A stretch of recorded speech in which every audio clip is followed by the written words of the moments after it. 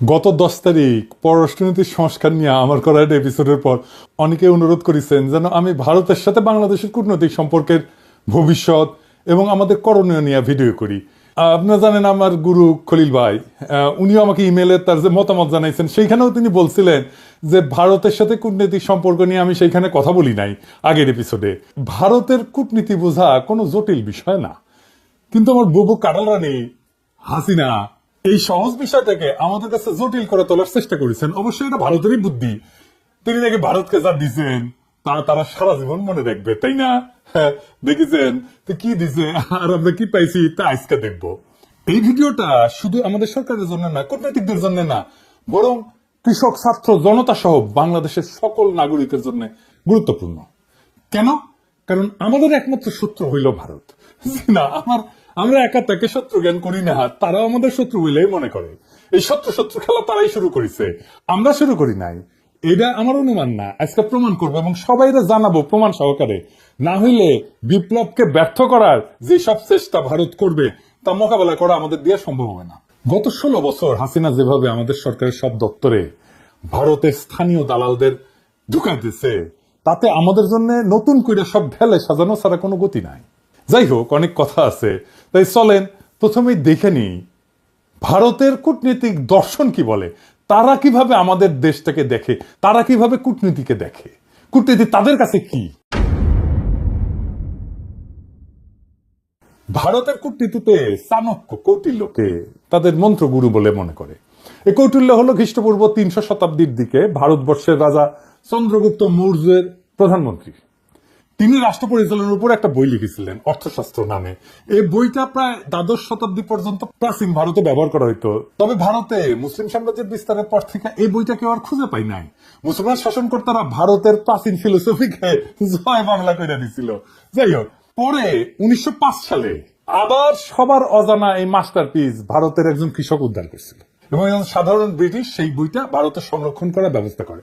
আর বর্তমানে এই অর্থশাস্ত্র, কৌটিল্যের অর্থশাস্ত্র ভারতের প্রধানমন্ত্রী মোদী, পররাষ্ট্রমন্ত্রী জয়শঙ্কর থেকে শুরু করে অনেক নতুন পুরান নেতার রাজনৈতিক আদর্শে পরিণত হয়েছে। ভারত আবার কৌটিল্য ইকোনমিক কনক্লেভ করার মাধ্যমে এই দর্শন সবার কাছে খাওয়াইতে চায়, দেখাতে চায় এটা আমাদের অরিজিনাল জিনিস, বুঝছাও। ভেরি ইন্টারেস্টিং গল্প বলি এই কৌটিল্য প্রসঙ্গে। চন্দ্রগুপ্ত মৌর্যকে কৌটিল্য মানে তার প্রাইম মিনিস্টার সামান্য পরিমাণে খাবারের সাথে একটু একটু করে আর্সেনিক মিশাই দিত, মানে সেকো বিষ যেটাকে বলে। কেন?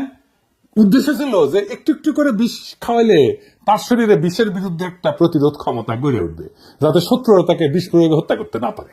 এটা কিন্তু খুব সাইন্টিফিক, কারণ আধুনিক চিকিৎসা বিজ্ঞানও মিথ্রিডাটিজম বলে একটা শব্দ আছে। এর মাধ্যমে অল্প অল্প মাত্রার বিষ গ্রহণ করিয়া বিষের প্রতি প্রতিরোধ ক্ষমতা গড়ে তোলা সম্ভব। ঠিক যেভাবে অ্যান্টিবায়োটিক রেজিস্ট্যান্স হয় না ব্যাকটেরিয়া, জীবাণুর, ওই রকম আর কি উনকা। তো কথিত আছে যে একবার চন্দ্রগুপ্ত মৌর্যের রানী দুর্ধরা দুর্ঘটনাক্রমে ওই খাবারটা একটু খাইয়ে ফেলে, আর্সেনিক যুক্ত খাবার। রানী তখন সন্তান সম্ভব ছিলেন, তো বিষয় প্রভাব থেকে তার অনাগত সন্তানকে বাঁচানোর জন্য রানীর পেট চিরা কৌটিল্য শিশুকে বাইর করছিল। এটাই হইতেছে ইতিহাসের প্রথম সিজারিয়ান সেকশন, বুঝাও। এই ছেলের নাম হইতেছে বিন্দুসার। বিম্বিসার না আবার কলে বিন্দুসার। বিন্দুসারের ছেলে হইতেছে সম্রাট অশোক। বুঝা গেছে? জীবনানন্দের বর্ণনা সেন যখন পড়ি না, উঠি লেখা আছে না, বিম্বিসার অশোকের ধূসর জগতে সেখানে ছিলাম আমি। এই বিম্বিসার অশোক বইলা একটা ধাঁধা লাগিয়ে দেন কিন্তু জীবনানন্দ। বিন্দুসার অশোক হইলে পিতা পুত্র হইতো, তাই না? না করে একটা টুইস্ট দিছে বিম্বিসার কইয়া। এখানে এসে মনে হয় আসলে কি ঠিক পড়তেছি না ভুল পড়িছি না, তো সেই সময়টা ধূসর হয়ে যাওয়ার জন্য এরকম হয়েছে নাকি, বুঝাও। কি সুন্দর এটা কাব্যিক একটা মোহের মধ্যে ফেলা দেয়, বুঝেছেন? জীবনানন্দের এটা কালে মুন্সিয়ানা। তো আমার কাছে ওই যে পাখির নীরের মতো চোখ তুলে নাটোরের বনলতা সেন এই লাইনের চাইতে ওই যে বিম্বিসার অশোকের ধূসর জগতে এই লাইনটা আরো বেশি কাব্যিক বলে মনে হয়। যাই হোক, কাব্যবাদ দিই, হ্যাঁ, আসল আলাপে আসি। কেন কৌটিল্যের অর্থশাস্ত্র সম্পর্কে আমাদের জানা এবং বোঝা জরুরি। ভারত আমাদের শত্রু রাষ্ট্র, বন্ধু রাষ্ট্র। এই প্রশ্ন সবাই করলেও কোন রাজনৈতিক দল কখনো সরাসরি উত্তর দিতে স্বাচ্ছন্দ্য বোধ করে না, ভয় পায় আর কি। কখন ভারত তাদের গদি নড়ায় দেয়, তাই বলে সবাই যে কবে যে ভারত আমাদের বন্ধু রাষ্ট্র তা করলে না। এটাই আমাদের সমাজে ইনশাল্লাহ বলার মতোই সত্য। হাসিনা বাবুর আমলে তো ভারতকে বন্ধু বলাটা এটা ফ্যাশন ছিল। বাংলাদেশের কোন জাতীয় অর্জনে ওই ভারতের প্রধানমন্ত্রী রাষ্ট্রপতি থেকে শুরু করে মন্ত্রী মুখ্যমন্ত্রী আগমন খুব কমন ছিল না, সাধারণ ঘটনা ছিল না। কিন্তু হঠাৎ কি হইলো যে ময়ূক পাগলা হইয়া গেল। এই যে দেখেছেন এডিটর সাহেব, এটা দেখান না, ওই তিরিং বিরিং করে লাপায় না, দেখান না। ও কলে তারেক হেভি ঠাপাইছে, ওই যে গণ অধিকার তারেক, বুঝছাও। তারেকের ভিডিওটা দেখা, যে তারেক কি কেছিল যে জামাতকে আপনার পাঁচত কামড় দিছে, দেখান না ওইটা। আরে বাবর কে? বাবর কে? কে? বাবর ভারতের বাপ। হ্যাঁ, বাবর ভারতের বাপ। বাবর ভারতের বাপ। আচ্ছা ঠিক আছে, আপনার ঠিক আছে। সমস্যা কি বলেন তো? আমার আমার আমার আমার সমস্যা হচ্ছে জামাতি এবং জেহাদিরা। বন্ধ করতে পারবেন? কেন জামাতিরা আপনার পাশে কামড় দিয়েছে বলেন? বিজেপির নেতারা উল্টা পাল্টা বলা শুরু করলো। এই দেখেন, ভিডিও দেখেন। বাংলাদেশের সঙ্গে যুদ্ধ ভারতের কাছে তো কয়েকদিনের ব্যাপার নয়, কয়েক মিনিটেই ফয়সলা হয়ে যাবে।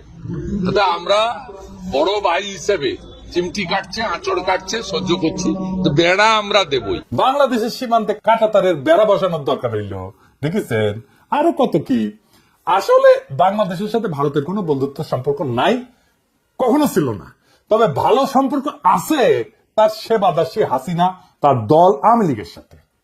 আমাদের পররাষ্ট্র মন্ত্রণালয়ে যারা ভারতে কাজ করেছেন তারা সবাই জানেন যে ভারত আমাদের কতটা নিচু চোখে দেখে। যারা ঘুরতে গেছেন, চিকিৎসা নিতে গেছেন, তারা জানেন যে মুম্বাইতে তো বাংলাদেশের পাসপোর্টধারীদের তারা হোটেলে বুকিং পর্যন্ত দেয় না, দেখেছেন। হাসিনার আমলেও ভারত শুধু আমাদের থেকে সুবিধাই নিছে, কিচ্ছু দেয় নাই। ট্রানজিট নিছে, চট্টগ্রাম পোর্ট দিয়ে মালামাল পরিবহনের অনুমতি নিছে, বাংলাদেশকে ভারতের মনোপলিতে পরিণত করেছে, আমাদের সরকারি প্রতিষ্ঠানগুলোকে শেষ করে দিছে। বিনিময়ে আমরা কি ওই মুজিবের আমলে স্বাক্ষর করা ফারাক্কার ন্যায্য পানির হিস্সা পাইছি? পাই নাই। আমরা কি হাসিনার আমলে তিস্তা চুক্তি দিয়ে পানির ন্যায্য হিস্সা পাইছি? পাই নাই। তার কারণ কি? কারণটা হইতেছে কৌটিল্যের একটা থিওরি আছে, mandala theory. Mandala Nelson Mandela না, মান্ডালা মন্ডো থিওরি আর কি। তার মানে কোন রাজার পাশের রাজ্য তার বন্ধু না, পাশের রাজ্য হইল তার বন্ধু, বুঝছা। চলেন একবার ম্যাপ দেখে আসি। ভারতের আশেপাশে যত রাষ্ট্র আছে তার মধ্যে একমাত্র বাংলাদেশের সাথে তার কথিত বন্ধুত্ব ছিল, মানে একমাত্র সেবাদাসী হাসিনার মাধ্যমে সে বন্ধুত্ব ছিল। কিন্তু পাকিস্তান, নেপাল, ভুটান, শ্রীলঙ্কা, মালদ্বীপ, এমনকি মিয়ানমারের সাথে ভারতের অত ভালো সম্পর্ক না, তাই না? বন্ধুত্ব নাই। বাংলাদেশে ভারত প্রভু তার সেবাদাসী হাসিনাকে একটা সুষ্টি দিয়ে বুঝ দিছে, ওই যে তোর বন্ধু।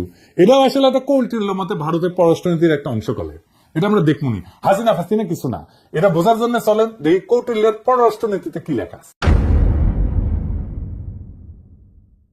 কৌটিল্যের পররাষ্ট্রনীতিকে বলে 6-fold পলিসি, মানে 6 স্তরের পলিসি।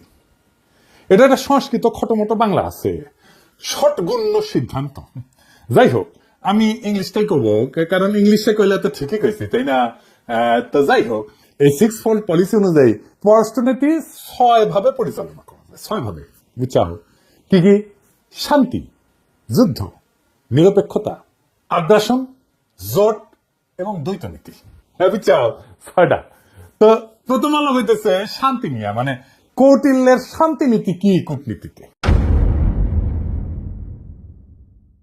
কৌটিল্য কয় যে একজন রাজা তখনই শান্তি স্থাপন করবে যখন সে দেখবে যে শত্রু রাজা তার ক্ষতি করার সামর্থ্য রাখে। তার মানে হলো দৌড়ের উপরে রাখতে পারলে ভারত শান্তির কথা বলবে, বুঝছাও। 2001 সালে রৌমারিতে সীমান্তে আমাদের তৎকালীন বিডিআর এর মাইরের কথা মনে আছে না? এডিটর সাহেব মাইর হবে, মাইরের সাউন্ড হবে। কেন তাদের বিএসএফ কে আমাদের বিডিআর জওয়ানেরা দৌড়ের উপরে রাখিছিল, মনে আছে না? হ্যাঁ, তো তখন ভারতের অনেক সৈন্য মারা গেলেও ভারত কিন্তু আমাদের সাথে শান্তি স্থাপন করেছিল, কারণ তারা বুঝেছিল যে বাংলাদেশ তাদের দৌড়ের উপরে দাবরানির উপরে রাখতে পারে। তাইলে ইন্ডিয়ার সাথে শান্তি স্থাপনের একমাত্র পথ হইতেছে, একমাত্র রাস্তা হইতেছে ওরে দাবরানির উপরে রাখা। আরেকটা উদাহরণ দিই। 1962 সালে ইন্দোচীন যুদ্ধে চীনা সেনারা ভারতের সেনাদের নাকানি জমিতে খাইছিল, একটা অংশ দখল করে নিয়েছিল। ভারত তখন দ্রুত নাকে খত দিয়া চীনের সাথে শান্তি স্থাপন করেছিল, কারণ ভারত জানতো যে চীনকে আক্রমণ করলে তাদের খবর আছে, বুঝেছ। তার মানে ওরে যত দাবরানির উপরে রাখবেন ও শান্তি শান্তি করে আপনার কাছে আসবে। 1 নাম্বার সূত্র কয়া দিলাম। তাই আমাদের সেনাবাহিনীর সাহস নিয়ে লড়াই করার কিছু ডেমো ভারতকে দিয়ে দিতে হবে। আমরা অলরেডি একটা ডেমো দিচ্ছি যখন নতুন করে বর্ডারে কাঁটাতার লাগাইতে গেছিল না, কিন্তু এটা তেমন কোনো ডেমো হয় নাই। এটা একটু ভালো করা লাগবে আর কি। আবার ফাইজলামি করলে না, রৌমারির কথা মনে করাই দিতে হবে, কলে মাথায় ঢুকাই দিতে হবে যে ভারতকে দৌড়ের উপরে রাখলে তারা শান্তির কথা বলবে। ওর তত্ত্ব দিয়ে ওরে মাইর দিতে হবে। ও কেমনে কূটনীতি চালায়, ওর কূটনীতির মাইন্ডে কি কাজ করে সেটা বুঝা ওর মতো যদি কাজ করে তাইলে কেস ফতে। এবার আসেন যুদ্ধনীতি। কৌটিল্যের যুদ্ধনীতি কি? কৌটিল্যের মতে একজন রাজা তখনই যুদ্ধের জন্য আক্রমণ করবে যখন দেখবে যে তার অবস্থান শত্রুর চেয়ে শক্তিশালী। কথা সত্য। এই যে 1971 সালে কথাই ধরেন না, পাকিস্তান যখন আমাদের আক্রমণ করলো তখন ভারত আমাদের সাথে এসে সাথে সাথে যুদ্ধ করে নাই। তারা দেখিছে যে আমাদের মুক্তি বাহিনী কতটুকু যুদ্ধ করতে পারে। যখন মুক্তি বাহিনী আমাদের পাইরা ফেলাইছে না পাকিস্তানি বাহিনীদের, যখন দেখেছে যে মূল কাম সেরা ফেলাইছে, তখন 3রা ডিসেম্বর 71 সালের মুক্তিযুদ্ধের শেষের মাত্র 13 দিন আগে যৌথ কমান্ড গঠন করিয়া মুক্তিযোদ্ধাদের ক্রেডিট নিয়ে বাংলাদেশকে স্বাধীন করিয়া দেওয়ার ক্রেডিট নিয়ে নিছে। বুঝছাও? এটা হইল ভারতের সাম্বা যুদ্ধনীতি। এরা তখনই যুদ্ধ করবে যখন তারা বুঝে যে তাদের জেতার সম্ভাবনা 100%। অনেকেই জানেন যে শেখ মুজিবের বান্ধবী যে ইন্দিরা গান্ধী, সেই সময় ভারতের সেনাপ্রধান জেনারেল মানেকশকে জুন মাসে কইছিলেন যে এই যুদ্ধ শুরু করতে, কিন্তু রাজি হন নাই। কারণ তখন বাংলাদেশের বর্ষাকাল এবং তাদের সেনারা বাংলাদেশে বর্ষায় যুদ্ধ করলে পাকিস্তানের কাছে গোয়ারা আসবে। সত্যি কথা, আমার কথা না, মানেকশর কথা। তার মুখে শুনেন তো কি কইছে, এই শুনে দেন। And if I were to go in, I guarantee you 100% defeat.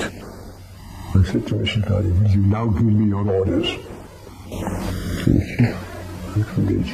All right. Cabinet would meet again at 4 o'clock. So everybody started walking out. I being the junior one. A smile on my face as I was going out. Chief stay behind. I said, Prime Minister, before you open your mouth, shall I send in my resignation on grounds of health, mental or physical? I said, oh, sit down, Sam, tell me. Everything you told me is the truth. I said, yes, everything I've told you is the truth. I said, it's my job to fight to win, not to do it. She smiled at me and said, all right, Sam, you let me know when you're ready. এই যে 13 দিন যুদ্ধ করেছিল, যুদ্ধের পরে যে লুটপাট শুরু করেছিল, সে সময় কিছু বীর সেনা অফিসারের কারণে ঠিক মতো করতে পারে নাই। মেজর জলিলের কথা মনে আছে, সে বাধা দিছিল এবং তারে গুম করে ফেলছিল। ওই সময় যে করতে পারে নাই লুটপাটটা, এটা গত 53 বছর ধরে পোষায় নিচ্ছে ইন্ডিয়া। তাই আমাদের সশস্ত্র বাহিনীকে মনে রাখতে হবে যেন ভারত কখনো এমন সুযোগ আছে বলে ভুলও না করে। প্রফেসর ইউনূসের সেনাবাহিনীর শীতকালীন মহড়ায় যাওয়ার ব্যাপারটা অনেকটা সেই রকম। আমি খুবই পছন্দ করেছি এটা। অনেকে না বুঝলেও আমাদের সবার শ্রদ্ধেয় প্রফেসর ইউনূস স্যার বুঝতে পেরেছেন যে এই মহড়ার কত গুরুত্ব। এইসব মহড়া ঘন ঘন করতে হবে, বুঝছাও? শুধু শীত না, বর্ষাতেও করতে হবে। যে শীত বর্ষা কিছুই যে ভারতের কোনো কাজে আসবে না, ওটা বুঝা দেওয়া লাগবে, বুঝছাও? ভারতের মনে যেন ভয় অটুট থাকে, তারা যেন কোনোভাবে বাংলাদেশকে আক্রমণের খায়েশ করতে না পারে। এখন কৌটিল্যের মতে ভারত এই যে যুদ্ধ নীতি, এটা কেমনে করবে? এটা 3 ভাবে করবে, 3 প্রকারে করবে। কি কি ভাবে? এটা হইতেছে সরাসরি যুদ্ধ, এটা হইতেছে গোপন যুদ্ধ, কিছু কথা থাক না গোপন, আর এটা হইতেছে অঘোষিত যুদ্ধ, মানে ঘোষণা না দিয়া যুদ্ধ, বুঝছাও? ভারত আমাদের সাথে সরাসরি যুদ্ধে যাবি না, ওই সাহসী নাই। ওই যে বুঝিছে না, এখানকার পোলা পাইন এবং বন্দুকের সামনে বুক পাইতে দেয়, তারপরে নড়ে না, তো এর সাথে যুদ্ধ করা যায়। তারা কি কি যুদ্ধ করবে? গোপন এবং অঘোষিত যুদ্ধ তারা সবসময় করে আসতেছে এবং এটা করে আসবে। চলেন দেখি সেটা কিভাবে করবে। গোপন যুদ্ধ হইলে সেটা সেই পন্থা যেটা দ্বারা ভারত আমাদের একদিকে আক্রমণের আশঙ্কা তৈরি করবে আর আমাদের সেনাদের সেই দিকে ব্যস্ত রাখবে, কিন্তু ভারত আমাদের আক্রমণ বা ক্ষতি করবে অন্য দিক থেকে, বুঝছাও? মাথায় ঢুকে নাই, তাই না? ধরেন আমাদের দক্ষিণে তো আরাকান রাজ্য, একটা নতুন রাখাইন দেশ হওয়ার সম্ভাবনা আছে, তাই না? ভারত রাখাইন দেশকে দিয়া বাংলাদেশের নাথ নদী সংলগ্ন বর্ডারে উত্তেজনা তৈরি করবে, আর আমরা যখন ওইদিকে সামলাইতে ব্যস্ত হয়ে যাব তখন উত্তরবঙ্গ বা অন্য কোনো বর্ডার দিয়া সে আক্রমণ করার চেষ্টা করবে। এটা বুঝতে ভারতের হকার সাংবাদিক ময়ূক রঞ্জনের একটা ভিডিও দেখি, চলেন। সে কইতেছে যে বাংলাদেশের চিকেন নেক নিয়ে নিলে ভারত ফেনী দখল করে চট্টগ্রামকে আলাদা করে দিবে। শুনেন। এটিকে বলা হয় বাংলাদেশের চিকেন স্নেক। বাংলাদেশের এই চিকেন স্নেক অবরুদ্ধ করতে ভারতের সময় লাগবে 5 মিনিট। বাংলাদেশের চিকেন স্নেক এটা যদি কাট অফ করে দেওয়া হয় তাহলে গোটা বাংলাদেশের ভূখণ্ডের সাথে চট্টগ্রামের কোনো সম্পর্ক থাকবে না। এই ফেনীটা যদি কোনোভাবে কাট অফ হয়ে যায় বা দখল হয়ে যায় বা অবরুদ্ধ হয়ে যায়, গোটা বাংলাদেশের এত বড়, এত জেলা সহ যে বাংলাদেশ, সেই বাংলাদেশ থেকে কাট অফ হয়ে যাবে। চট্টগ্রাম। এবার এটা মৌলবাদীদের কি করে লোকে বোঝাবে? অর্থাৎ ভারত আমাদের চট্টগ্রামের ভয় দেখাতেছে, যেন আমরা এদিক নিয়ে ব্যস্ত হইয়া যাই আর ভারত আমাদের অন্য দিকে দেয়, বুঝছো? কিন্তু সেই প্ল্যান তো আজকে ফাঁস করে দিলাম, তাই না? এবার চলে অঘোষিত যুদ্ধ কেমনে ভারত করবে। এটা আসলে ভারতের সবচেয়ে পছন্দের যুদ্ধ, বুঝছো? এই যুদ্ধ তারা তাদের সরকারি এজেন্ট, ধর্মীয় এজেন্টদের ব্যবহার করবে। তারা এই কাজ শুরুই করে দিছে। সরকারি চাকরিতে ভারতের দালালদের দিয়া অস্থিরতা তৈরি করেছে, ক্যাডারে ক্যাডারে দ্বন্দ্ব করেছে। এইটা প্রফেসর ইউনূসের সরকারকে কাজ করতে না দেওয়ার একটা কুবুদ্ধি। তাই আমি আগেও বলছি, এখনো বলি, ক্যাডারে ক্যাডারে দ্বন্দ্বের সমাধান করা জরুরি। এই ক্ষেত্রে কোনো কথা শোনা যাবে না, কঠোর হইতে হবে। যারা এই দ্বন্দ্ব ধরে রাখতে চায় ওরা ভারতের দালাল। সবার অধিকার এবং প্রাপ্যতায় সাম্য দরকার। তারপর যদি আমলারা যদি কাজ ঠিক মতো না করে, তাহলে পাশায় লাঠি দিয়ে চাকরি থেকে বের করে দেন। আমি গত ভিডিওতে তো পররাষ্ট্র অফিসারদের সুযোগ সুবিধার কথা কইছিলাম, তাই না? প্রশাসন ক্যাডার মনে হয় আমার উপর মাইন্ড করেছে যে দাদা তো ওদের কথা কইলে আমাদের কথা কিছুই কয় নাই। হ্যাঁ, এবার বুঝেন কেন বলছি। যতদিন ক্যাডার ক্যাডার দ্বন্দ্ব থাকবে ততদিন আমাদের সার্বভৌমত্ব ভারতের আগ্রাসী নীতির হাতে পরাজিত হওয়ার সম্ভাবনা থাকবে। এটা তো আমরা হতে দেবো না, তাই না? তবে সুযোগ সুবিধা পাওয়ার পর আমার কূটনীতিক সহ 25 ক্যাডারের ভাই বোনেরা যদি কাজ না করেন আর ভারতের সামসামি না ছাড়েন, তাহলে আপনাদের এখানে খবর আছে, কয়ে দিলাম, বুঝছেন? আমি যখন ধরি না তখন তো কচ্ছপের কামড় দিয়ে ধরি। আরেকটা উদাহরণ দিই, ওই যে চিন্ময় প্রভুপাদের কথা মনে আছে না? ওরে দিয়া ভারত সুন্দর একটা গেম সাজিয়েছিল বলে, যেন হিন্দুরা এই সরকারের বিপক্ষে কাজ করে।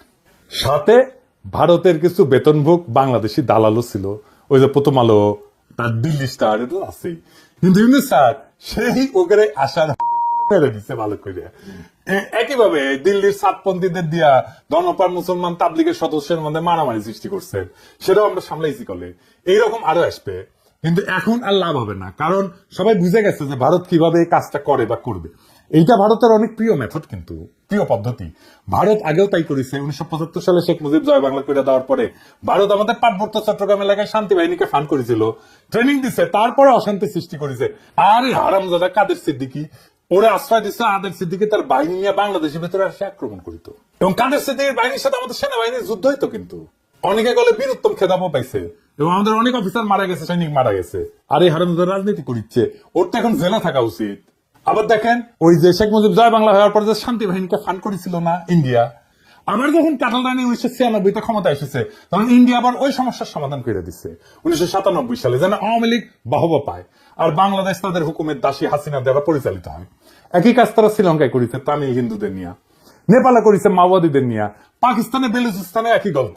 বাংলাদেশে যেন তারা এই কাজ করতে না পারে সেই দিকে লক্ষ্য রাখতে হবে। বর্ণ, গোত্র, ধর্ম নিয়ে যারা লাভ দেবে, ঝামেলা করার চেষ্টা করবে, ইসলামকে বাংলাদেশে বিতর্কিত করার চেষ্টা করবে, এরা সবাই ভারতের দালাল, এটা মাথায় রাখতে হবে। এবার দেখি কৌটিল্যের নিরপেক্ষতা কূটনীতি কি। কৌটিল্য কাছে যদি কোন রাজা মনে করে যে তার শত্রু রাষ্ট্রের ক্ষমতা তার সমান এবং এই ক্ষমতার সাম্য তাদের পারস্পরিক ক্ষতি হইতে বিরত রাখে, তবে রাজা সেই রাজ্যের প্রতি নিরপেক্ষ থাকে। মজার কথা মানে হইল, ভারত যদি মনে করে বাংলাদেশ তাদেরকে জয় বাংলা করে দিতে পারে যে কোনো সময়, তাইলে ভারত আমাদের সাথে নিরপেক্ষ আচরণ করার সিদ্ধান্ত নেবে। এই ধরেন 5ই আগস্টের পর আমরা যখন ইলিশ দেওয়া বন্ধ করেছিলাম, তখন ভারতের বাহাদুরি কিন্তু শেষ হয়ে গেছিল। ওরা তখন আমাদেরকে তেল দিয়া, কালারানির প্রতি প্রেম কিছুটা বিসর্জন দিয়া আমাদের থেকে ইলিশ নিচ্ছে, আমরা দিচ্ছি। যদি এই সিদ্ধান্তটা আমাদের অনেকে পছন্দ হয় নাই, কেননা আমরা সেই সিদ্ধান্ত বুঝে নিচ্ছি কিনা জানি না, তবে এখন এইসব চাল আমাদের বুদ্ধি করে চলতে হবে। ভারতকে বুঝাই দিতে হবে যে 1971 সালে আমাদের সহায়তা করার প্রতিদান অনেক গুণে আমরা দিচ্ছি, এখন আমরা আমাদের ন্যায্য পাওনা আদায় না করে আপনাদের কিছু দিব না। আরেকটা উদাহরণ দিই, 2008 সালে যখন মুম্বাইতে আক্রমণ হয় না, ওই যে তার দায় কলে ভারত পাকিস্তানকে দিছিল, অনেক হম্বিতম্বি করেছিল, কিন্তু তারা পাকিস্তানে কোনো সামরিক আক্রমণ চালায়নি। এর কারণ হইল পাকিস্তান একটা নিউক্লিয়ার শক্তি, ওরে আক্রমণ করলে ভারত জয় বাংলা হয়ে যাবে, এটা ভারত বুঝে, তাই তারা হাক ডাক দিয়ে চুপ ছিল। বুঝা গেছে ব্যাপারটা? শক্তিতে সমান সমান টক্কর দিতে হবে, টক্কর দেওয়ার ক্ষমতা, আমার টক্কর দেওয়ার ক্ষমতা আছে, এটা বুঝাই দিতে হবে। এবার আসেন কৌটিল্যের আগ্রাসন নীতি। কৌটিল্যের দর্শন মোতাবেক একজন রাজা যখন নিজের শক্তি বৃদ্ধি করে, তখন সে শত্রু রাজ্যকে আক্রমণের প্রস্তুতি নেয়। এটা কিন্তু ভারত খুবই মানে হইল যে এটা ভারতের পছন্দের একটা মেথড, এইভাবে সে মাপে অন্যরে। এই যে ধরেন রৌমারির কথা, 2001 সালে রৌমারিতে ভারতের সেনারা আমাদের জয় বাংলা হওয়ার পরে ভারত কিন্তু চুপ ছিল, কারণ আগেই বলছি এরপর আমাদের বুবু যখন 2008 111 এর নকশা ক্ষমতা আসে, তার কয়েকদিনের মাথায় ভারতের প্রতিশোধ নেয় বিডিআর এ হত্যাকাণ্ড কইরা 57 জন সেনা অফিসারকে হত্যা কইরা। শুধু তাই না, বিডিআর এর গৌরবময় ইতিহাস যেন বাংলাদেশে না থাকে, তাই তারা কাঁঠাল রানীকে দিয়ে নাম পরিবর্তন কইরা বিজিবি বানায়, পোশাক বদলায়। দেখেন হাসিনার দাসত্ব। আমরা যেহেতু এটা এখন বুঝে গেছি, আমরা আবার বিডিআর কে তার আসল নামে ফেরত নিয়ে যাব। বিডিআর নামে পরিচিত হবে, তাদের আধুনিক অস্ত্র দেব, ফেরায় দেব তাদের গৌরবের ইউনিফর্ম। এই নাম শুনলে আর ইউনিফর্ম দেখলে ভারতের 2001 সালের কথা মনে থাকবে, আর পাতলা পায়খানা হয়ে যাবে। এইটা আমাদের প্রথম কৌশল। দেখেন ভারতের সেনা প্রধানের বক্তব্য। I am in touch with the chief of Bangladesh during the time of when this changeover took place. I was in constant touch with him, and even thereafter, in November 24, we had a video conference also. As far as the military cooperation is concerned, is again going up in the same way. Our officers have moved there for the NDC also. There is no let up on that side. The only thing is, as far as the joint exercise which is carried out, because of the situation as of now, that we have postponed for some time, and as and when the situation improves, the exercise will also go on. When we talk about the relationship we should talk about when there is an elected government. So as of now, the relationship is with the military is well and perfect. 5 আগস্টের পর 5 মাস হয়ে গেল, ভারত তার কোন মন্ত্রী বা সংস্থা প্রধান কখনো এই ধরনের কথা বলে নাই। আমি আমার আগের ভিডিওতে বলছিলাম যে ভারতের প্ল্যান মোতাবেক সব চলতেছে, এবং এই প্ল্যান মোতাবেক চালাইতেছে ভারতের আরেক সেবাদাস ওয়াকার। আমার কথা অনেকেই বিশ্বাস করেন নাই, অনেকেই আমাকে কইছেন ওয়াকার একটা বিপ্লবের শক্তি। এখন দেখেছেন তো, এখন দেখেন ভারতের সেনা প্রধান বলে তার সাথে নাকি অন্তর্বর্তীকালীন সরকার গঠনের পুরা সময় জেনারেল ওয়াকারের সাথে যোগাযোগ ছিল। অর্থাৎ ওয়াকার সাহেব যখন রাজনৈতিক নেতাদের নিয়ে অন্তর্বর্তীকালীন সরকার গঠনের চেষ্টা করতেছিলেন, তখন তিনি নিয়মিত ভারতের সেনা প্রধানের সাথে যোগাযোগ রাখতেছিলেন। রাষ্ট্রদ্রোহী কাজ করছেন তিনি। ওয়াকার সাহেব হয় আপনি বিপ্লবের স্পিরিট ধরতে পারেন নাই এবং হাসিনার আমলের অভ্যাস 2 দিনে ছাড়তে পারেন নাই, অথবা আপনাকে ভারতের সেনাপ্রধান ফাঁসাইয়া দিছে যাতে বাংলাদেশের সেনাবাহিনীর সর্বোচ্চ নেতৃত্ব বিপ্লবের বিপক্ষে কাজ করতেছে, এটা জনমনে ছড়ায় দেওয়া যায়। এইটা বাংলাদেশকে এবং বাংলাদেশের মানুষের মনোবল ধ্বংস করার চেষ্টা। এভাবেই গত 5 মাস ভারত নিজেদের কৌশল ঠিক করেছে এবং বাংলাদেশের সকল মানুষকে এটা বোঝানোর চেষ্টা করতেছে যে ভারত এখনো আমাদের প্রভু। এবং এইটা বোঝানোর জন্য তাদের প্রথম টার্গেট আমাদের হাসিনা বুবুর ফুফাতো বোনের জামাই সেনাপ্রধান ওয়াকার সাহেব। আমি অবাক হই যে সমস্ত সেনা সদর বা আন্তঃবাহিনী জনসংযোগ পরিদপ্তর এই নিয়ে কোনো কথা বলেন নাই, আর ভারতের দালাল বাঙ্গু এলিটেরা বৈশা বৈশাখী নিজেদের দেখতেছে আর নিজেদের হারানো প্রভাব পুনরুদ্ধারের স্বপ্ন দেখতেছে। প্রথম আলো গং এখন এইগুলা নিয়ে পুরা গল্প বানাবে ফায়াজ করিমের মতো। এইসব বাংলাদেশ বিরোধী ভারতীয় এজেন্টদের যেখানে দেখবেন সেখানেই এদেরকে জয় বাংলা কইরা দিতে হবে। এখন দেখেছেন তো জেনারেলদের বাসায় হাসিনার লোক, আওয়ামী লীগের লোকেরা লুকে আছে, দেখেছেন? ফ্ল্যাট মালিক কে? Major general. উনি এখন বর্তমানে কোথায় আছে? এসএসএফ আছে, ডিজি।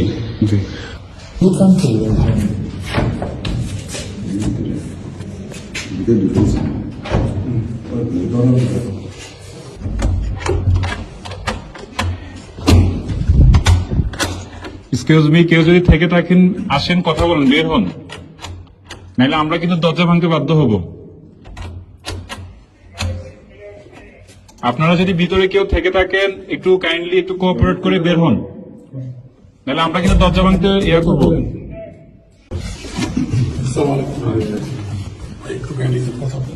না না না, বলেন কে?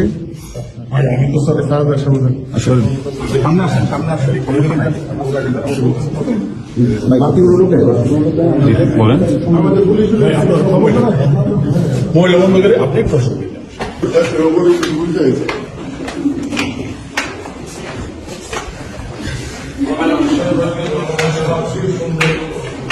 তো এখন কি করা লাগবে আমাদের এই সেনাবাহিনী নিয়ে? এর মধ্যে আমাদের সামরিক সক্ষমতা এমন ভাবে উন্নীত করতে হবে যেন ভারত আমাদের ভয় পায়। ভারতের সামরিক শক্তি আমরা জানি, সেটা ওয়াকার সাহেবও জানেন। সামরিক বিষয়ে তাই এখানে বলতে চাই না, আমার সাথে যোগাযোগ করলে পরামর্শ দিয়ে দিব। তবে এটা বলতে পারি, আমাদের সশস্ত্র বাহিনীকে নতুন নতুন আধুনিক যুদ্ধ বিমান, ট্যাঙ্ক, যুদ্ধ সরঞ্জাম কিনতে হবে। মাঝে মাঝে সে সমস্ত মাল দিয়ে একটু প্রশিক্ষণ করে তো ফুটাইতে ফুটাইতে হবে আর কি, বুঝছো? আর বলিছি এটা সাইবার ব্রিগেড করতে হবে আমাদের শক্তিশালী, তাইলে আমাদের পাতলা পায়খানা চলতে থাকবে। ভারত কিন্তু ফ্রান্স থেকে রাফেল কিনেছে, রাশিয়া থেকে কিনেছে সুখাই যুদ্ধ বিমান। আমাদের তো রাশিয়া ফ্রান্সের সাথে সম্পর্ক ভালো, যুক্তরাষ্ট্রের সাথেও ভালো, তুরস্কও আছে। ভারত এতদিন আমাদের আধুনিক যুদ্ধ সরঞ্জাম কেনার ব্যাপারে ভেটো দিয়ে আসছে, এখন বুঝতে পারছেন তো কেন তারা ভেটো দেয়?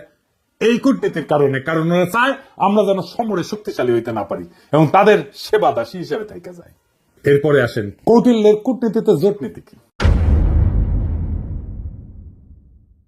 কৌটিল্য বলে দিচ্ছে যে যখন রাজা যুদ্ধ করবে না, তখন সে অন্য শক্তিশালী রাজ্যের সাথে জোট গঠন করবে এবং নিজেকে সেই শক্তিশালী রাজার হাত থেকে নিরাপদ রাখবে। ভারত কিন্তু এই কামটা ঠিক মতো করে, মানে কৌটিল্যকে মাইনে চলে আর কি। এই যেমন ধরেন ভারতের সামরিক সহযোগিতার সম্পর্ক আছে রাশিয়া, ইসরায়েল আর যুক্তরাষ্ট্রের সাথে। এই তিন দেশ চাইলে যে কোনো সময় ভারতকে জয় বাংলা করে দিতে পারে। আবার লক্ষ্য করলে দেখবেন যে এই তিন দেশের সাথে যাদের শত্রুতা, ভারত কিন্তু তাদেরকে শত্রু মনে করে। এই তিন দেশের কমন শত্রু হইল মুসলিম দেশগুলা। ভারত এদের সাথে সন্ধি করার মানে হইল ভারত এদের সাথে মিলা মুসলিম বিরোধী শক্তি গঠন করতে চায়। ভারত এইসব দেশ থেকে সমরাস্ত্র কেনে, এদের সাথে মিলিটারি তথ্য আদান প্রদান করে। আমরা হয়তো ইসরায়েলের সাথে সম্পর্ক করতে না পারলেও বাকি দুই দেশের সাথে পারবো, সেই অবস্থা আমাদের আছে।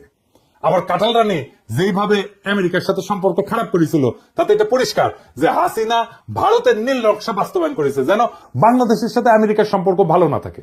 আমরা এদের সাথে সম্পর্কের পাশাপাশি চীন, পাকিস্তান, সৌদি আরব, ইরান, তুরস্কের সাথে সামরিক সম্পর্ক তৈরি করব। এরা কেউ ভারতের সাথে সন্ধি করবে না, কিন্তু আমাদেরকে এরা ভালোবাসে, ঠিক কিনা বলেন? আমাদের সাথে সন্ধি করবে। এই সন্ধিগুলা হইলে তখন দেখবেন যে জয়শঙ্কর বাবাজি আর অজিত দোভাল কিভাবে দৌড়ের উপরে থাকে। আমাদের সামরিক কেনাকাটাগুলা আমরা এইসব দেশ থেকে করব, আর আমেরিকা রাশিয়াকে সাথে নিতে হবে। এরা কিন্তু হিসাবী দেশ, এদের থেকে সমরাস্ত্র না কিনলে এরা আপনাকে কোনো সাপোর্ট দিবে না। ভারতে রাফায়েল আছে, আমরা F-16 কিনতে পারি। আবার ফ্রান্সের রাফায়েল অথবা রাশিয়ার সুখাই কিংবা চীনের চেংদু J-10 চার্লি কিনতে পারি, তাই না? তবে ফ্রান্সের রাফায়েল কিনলে আমি অনেক খুশি হমনি, তাই না? আমাকে এত আশ্রয় টাশ্রয় দিছে না ফ্রান্সের সরকার, ওদের কিছু করা লাগে না, আমাদের তো একটা দায়িত্ব আছে, কি বলেন? তো রাফায়েল কিনলে পিনাকি দাদা খুশি হয়ে যাবে, বুঝছো? তো শুনেন, কেনা লাগবি না এখনই, খালি কেনার আলাপ শুরু করে দেন, দেখবেন ভারতের সীমান্তে কাঁটাতার বসানো থেমে যাবে। আমি গ্যারান্টি দিচ্ছি, লিখে দিচ্ছি, না হইলে আমার এসে কইয়েন।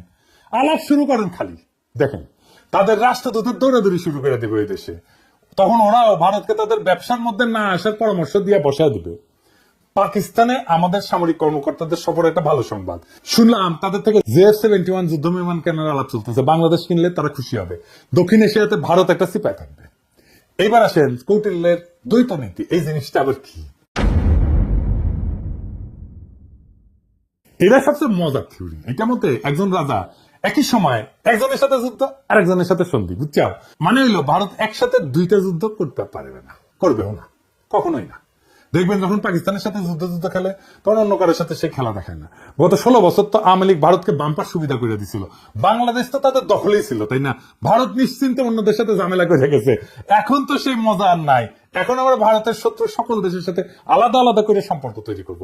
আধুনিক বিশ্ব ব্যবস্থায় সম্পর্কের অন্যতম মাধ্যম হইল ব্যবসা এবং বাণিজ্য, এই সম্পর্ক জোরদার করা। এবার আসেন আমাদের ভারত নীতি কেমন হবে, কি দিয়ে আমরা ভারতকে সাইজ করতে পারবো, অনেক দৌড়ের উপরে রাখতে পারবো, প্রত্যেকদিন দাবদানের উপরে রাখতে পারবো, এটা আমাদের জানা দরকার না? আসেন দেখি। অনেকে মনে করে আমরা ছোট দেশ, ভারত ছাড়া আমরা চলতে পারবো না। হারামজাদা, চলতে পারি কিনা তুই দেখ আমাদের দায়িত্ব দিয়ে দেখ পারি কিনা। আমি প্রফেসর ইউনূসকে কইব যে আপনি অনতিবিলম্বে সার্কের কার্যক্রম চালু করেন, দরকার হলে বাংলাদেশ সম্মেলনের ডাক দিবে, আয়োজন করবে, এতে সকল দেশের সাথে বাংলাদেশের সম্পর্ক উন্নত হবে। ভারত আসতে চাইবে না জানি, কারণ তারা পাকিস্তানের সাথে এক টেবিলে আলোচনায় বসবে না। আমাদেরকেই সুযোগটা দিতে হবে, এই জন্যে আমরা ভারতকে ছাড়াই সার্কের কাজ শুরু করব। দক্ষিণ এশিয়াতে ভারতের মহাজনগিরি ছুটাই দিতে হবে। দক্ষিণ এশিয়াতে পাত্তা না পেলে ভারতকে আর কোনো বেশি পাত্তা দিবে না। ভারত নিজেদের অনেক বড় হ্যাডম ভাবে। দেখেন তাদের পররাষ্ট্রমন্ত্রী কি বলে। I think I am 1/5 of the world's population. I am today the 5th or 6th largest economy in the world. I mean, forget the history, civilization bit. Everybody knows that. I think I'm entitled to have my own side. I'm entitled to weigh my own interests, make my own choices, and my choices will not be cynical and transactional, but they will be a balance of my values and my interests. There is no country in the world which disregards its interests. সাত সাল হইলে দেখবেন ভারতের পায়জামা ঢিলা হয়ে গেছে, ওর ফিতা খুঁজে পাচ্ছে না। সাথে আমরা অবজারভার হিসেবে নিব চীন, রাখাইন, এইসব দেশকে, তারা খুশি হবে। আফগানিস্তানকে নিব, রোহিঙ্গা সমস্যার সমাধানে নতুন গতি আসবে। আর ইন্ডিয়াকে আমরা বাস দিতেই থাকবো, দিতেই থাকবো, দিতেই থাকবো। আগে কইছিলাম যে ভারত তার কোনো প্রতিবেশী দেশকে বন্ধু মনে করে না, আমরা ভারতকে বন্ধু মনে করার কোনো ঠেকা নাই আছে, ওরাই তো মনে করে না। আমাদের ভুলে গেলে চলবে না যে আমরা 18 কোটি মানুষের একটা বাজার, পৃথিবীর 8ম বৃহত্তম বাজার, আমাদের ক্রয় ক্ষমতা বিশ্বের 25তম। আমাদের এইখানে সবাই তার পণ্যের বাজার করতে চাইবে, সবাই। আওয়ামী লীগ বাংলাদেশকে ভারতের একক বাজারে পরিণত করছিল। বিগত 5 বছরে, বিশেষ করে কোভিডের পর ভারত থেকে আমাদের আমদানি কতটা বাড়িছে দেখেছেন? দেখেন, শুধু 2022 সালে ভারত থেকে বাংলাদেশ আমদানি করেছিল $14 বিলিয়ন, আর যেখানে বাংলাদেশ থেকে ভারত আমদানি করেছিল মাত্র $2 বিলিয়ন। মানে হইল হাসিনা বাংলাদেশের টাকায় ভারতের কোভিড থেকে হওয়া ক্ষয়ক্ষতি মিটানোর ঠিকানি ছিল। না হলে ভারতের এত দুঃখ কারণ দেখি না। ভারতের সাথে আমাদের ব্যালেন্স অফ ট্রেড হবে সমান সমান, লাগলে আমাদের পক্ষে বেশি হবে, কারণ ভারতের জনগোষ্ঠী আমাদের 10 গুণ। আমরা যা ভারত থেকে কিনবো, ভারতের আমাদের 10 গুণ কিনতে হবে আমাদের কাছ থেকে। ভারত আমাদের থেকে সমান সমান আমদানি না করলে আমরা ভারত থেকে পণ্য আমদানি বন্ধ রাখবো। ভারত থেকে আমরা সবচেয়ে বেশি আমদানি করি তেল, তুলা, পশুখাদ্য, মোটরযান ইত্যাদি। এইগুলো আমাদের নিকটবর্তী দেশগুলো থেকে সহজে আমদানি করা সম্ভব। আমরা এই সেক্টরগুলোতে চোখ রাখবো, আর এই সেক্টরগুলোতে ভারত থেকে আমদানি বন্ধ না করা হইলে আমরা দরকার হলে রাস্তায় নামবো, আবার সংগ্রাম করব। মেসেজ ক্লিয়ার, ভারতের একচেটিয়া আমদানি বাদ, লাগলে চীন থেকে আমদানি হবে, লাগলে রাশিয়া থেকে আমদানি হবে। ওদের সাথে ব্যালেন্স অফ ট্রেডের অবস্থা ভালো না, তবে ভারতের শত্রু আমাদের বন্ধু হইতেই পারে। আর আমাদের সাথে ফাজলামি করলে আমরা চীনকে দিয়ে ভারতের কান চুলকাইতে পারবো। তখন ভারত বুঝবে যে কৌটিল্য আমরাও বুঝে গেছি, বুঝছাও। আর বুঝেছেন তো, আমি তো কইছিলাম যে রাশিয়া থেকে ট্রাক কেনা লাগবে। এই যে দেখেছেন না ট্রাক কত সুন্দর, দেখেছেন? রাশিয়া থেকে ট্রাক কেনেন, ইন্ডিয়ার ট্রাক দিয়ে কি করবেন? দেখেছেন মুখে হাসি ফুটেছে। এই যে আমার ক্ষুদ্র ভাতাটা খুশি হয়ে গেছে রাশিয়ার ট্রাক দেখে। তা আমাদের ভারত নীতি খুব সোজা। 1971-এর পর থেকে আওয়ামী লীগ যে যে চুক্তি করেছে ওইগুলো আমাদের পুনর্বিবেচনা করতে হবে। ভারত যদি কোনো চুক্তি না মানে তাহলে আমরা সব চুক্তি বাতিল করে দেবো। ভারত বাংলাদেশের 64টা অভিন্ন নদীর একটা নদীতে যদি ঠিক মতো পানি না আসে তাহলে ভারতের ট্রানজিট বন্ধ করে দেওয়া হবে। সীমান্তে ওদের শাকসবজি কাঁচামাল যেন পয়সা নষ্ট হয়ে যায়। একবার এই কাজ করে দেখেন, দেখবেন ভারত কিভাবে সোজা হয়ে থাকে। আমরা যেভাবে হাসিনা রেমিটেন্স বন্ধ করে দিছিলাম না, ঠিক সেইভাবে ভারতের বাংলাদেশ থেকে উপরি কামাই যদি বন্ধ করে দেন তাহলে দেখবেন সোজা। ভারতে কেউ শপিং করবেন না, ভারতে কেউ চিকিৎসা করতে যাবেন না। ভারতের টিভি চ্যানেল বাংলাদেশে চালানো হলে বাংলাদেশের টিভি চ্যানেল গুলো ভারতে চালাতে দিতে হবে। আমাদের টিভি চ্যানেল টাকা দিয়ে কিনতে হবে ওদের। এই বাজার হারানোর ভয় ভারতের মধ্যে ঢুকলেই দেখবেন সব ঝড়। সেদিন দেখলাম বাংলাদেশ সরকার ভারত থেকে 1137 কোটি টাকা ডিজেল কিনবে বলে সিদ্ধান্ত নিচ্ছে। কি আর করবো, কি আর বলবো, বুঝতে পারছি না। জুলাই বিপ্লবের পরে আমাদের প্রায় 2000 ছাত্রছাত্রী পান না লাগলো ভারতের সেবাদাসী হাসিনার পুলিশের গুলিতে।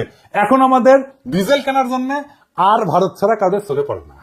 তো এই জ্বালানি উপদেষ্টার সাথে আমার অনেক বন্ধু বান্ধব ওনারা সম্মান টম্মান করে, সেজন্য কিছু কইছিলাম না এতদিন। কিন্তু বুঝেন জ্বালানি উপদেষ্টা সাহেব, কামটা আপনি খুব খারাপ করেছেন। আপনারা ওয়ার্নিং দিলাম, ডিজেল কেনার জায়গা পান না আপনি। হ্যাঁ, আরো তো 6টা দেশ থেকে তো ডিজেল তেল কিনতেছেন। এই যে দেখেন তো, ওই 6 দেশ থেকে ডিজেল কেনা যেত না কেন? ভারত থেকে তেল কেনার দরকার পড়লো কোন করে? এটা কই? জ্বালানি উপদেষ্টা সাহেব, আপনাকে জাতির সামনে এই প্রশ্নের উত্তর দিতে হবে। সামে সিকনে প্রচুর কাম করেছেন কলে, নাইলে বিপ্লবী জনতা আপনাকে কেন বিশ্বাস করবে? ইউনূস স্যার, আপনি কি এই ব্যাপারে জানেন নাকি বিএনপির সাথে সমঝোতা হওয়ার পর এখন বিএনপির চাপে আপনারা এই সিদ্ধান্ত নিতেছেন? নিলে জানান, আমরা তো আছি। যেই দল গত 10 বছরে মুরগির ক্ষোভ থেকে বাইরে হতে পারে নাই, সেই দল এখন নিজেদের জুলাই আন্দোলনের মাস্টার মাইন্ড বলে। আবার ক্ষমতা আসার জন্য ভারতের সাথে আতাত করে, যেন ভারতের প্রভুত্ব বাংলাদেশে টিকে থাকে। এমনিতে আপনাদের জনসমর্থন কেমন এটা তো বুঝতে পারছেন। মানে ওই দলকে কইতেছি যে আসতে চায় ক্ষমতায়, তারপরে যদি ভারতের দাস হিসেবে পরিচিত পান তাহলে ক্ষমতা আসলেও সে ক্ষমতা ধরে রাখতে পারবেন না। হাসিনারে নামাইতে যদি 36 দিন লাগে, আপনারা 36 ঘন্টায় নামায় দেওয়া যাবে। খুব সাবধান, এটা ইন্টারনেটের যুগ, উন্নত প্রযুক্তির দুনিয়া, কিন্তু সরকার চালানোর অভিজ্ঞতা আপনাদের নাই। আমরা জানি কিভাবে কি করতে হয়, আপনাদের চেয়ে আমরা অনেক ধাপ আগে। আমাদের সাথে পরামর্শ করেন, নইলে কি করতে গিয়া কি খায়া ফিরে আসবেন তা কিন্তু বুঝতে পারবেন না। ভারতে আমাদের সব কাজ স্লো করে দিতে হবে। দূতাবাসে আমাদের লোকের সংখ্যা কমায় দিতে হবে। পররাষ্ট্র উপদেষ্টা এই জিনিসটা ভালো করে খেয়াল রাখবেন, ওই লোক দিয়ে আমাদের আসন্ন বন্ধু দেশের মিশনগুলোকে শক্তিশালী করেন।